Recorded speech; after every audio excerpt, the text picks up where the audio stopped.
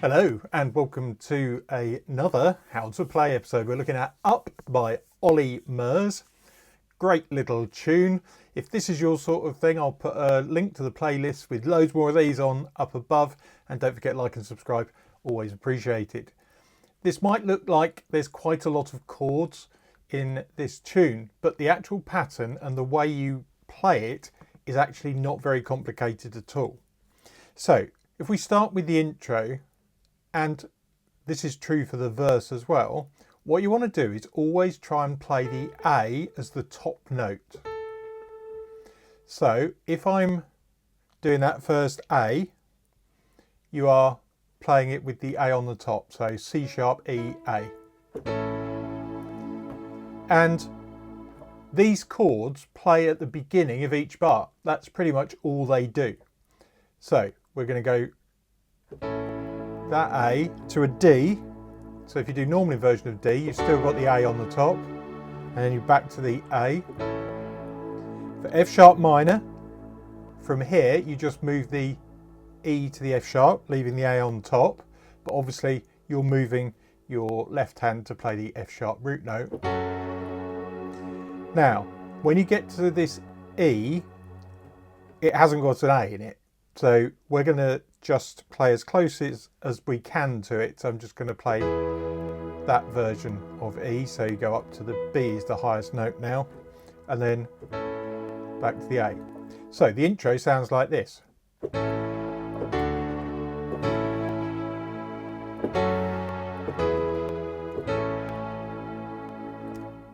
Okay, now we're into the verse, and verse 1 and 2 are the same. So it's the same pattern where you're playing the chord at the beginning of each bar, but now we've got some other notes to work out. So we've got D2 and E4 are the two added chords. So D2 we'll do it like that. So again, A at the top, and we're playing the second, so D, E, A. So if you ever come to a D2, you're doing that. And when you come to the E4, like we did with the E in the intro, we're going to use the B as the top note, and for E4, instead of the G sharp, you have the A in there. That first line of the verse goes round twice, and then you end on that F sharp minor, E4, A. Simple as that. I'll play it through. I won't do the repeat, but I'll just play it through so you've got a rough idea of what it sounds like.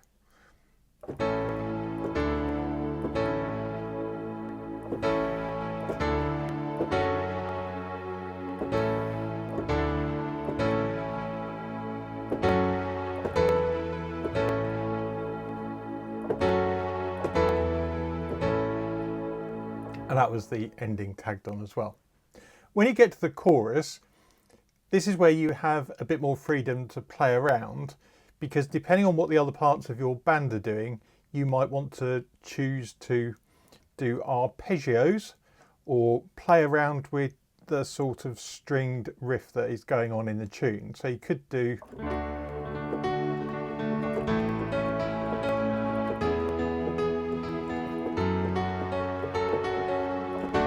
that sort of thing.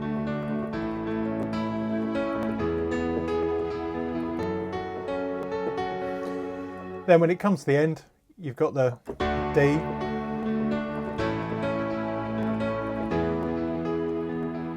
that hangs out, and then you're straight back into verse 2, and so on. When you've then done verse 2, the chorus again, verse 3 is slightly different. It uses the chorus chords, but instead of doing any sort of arpeggios, what you're doing is holding down the chords a bit like you did in verse 1 and 2. That's sort of the clever way that it works. But you notice I've put a hyphen between the E and the F sharp minor. That's because you actually hold out the E for an extra half bar, and the F sharp minor is really a passing note to get you back to the D, because you go around this 4 times basically. So you'll be going. What I'm going to do is actually play some rhythm in here because it will give you a bit more context.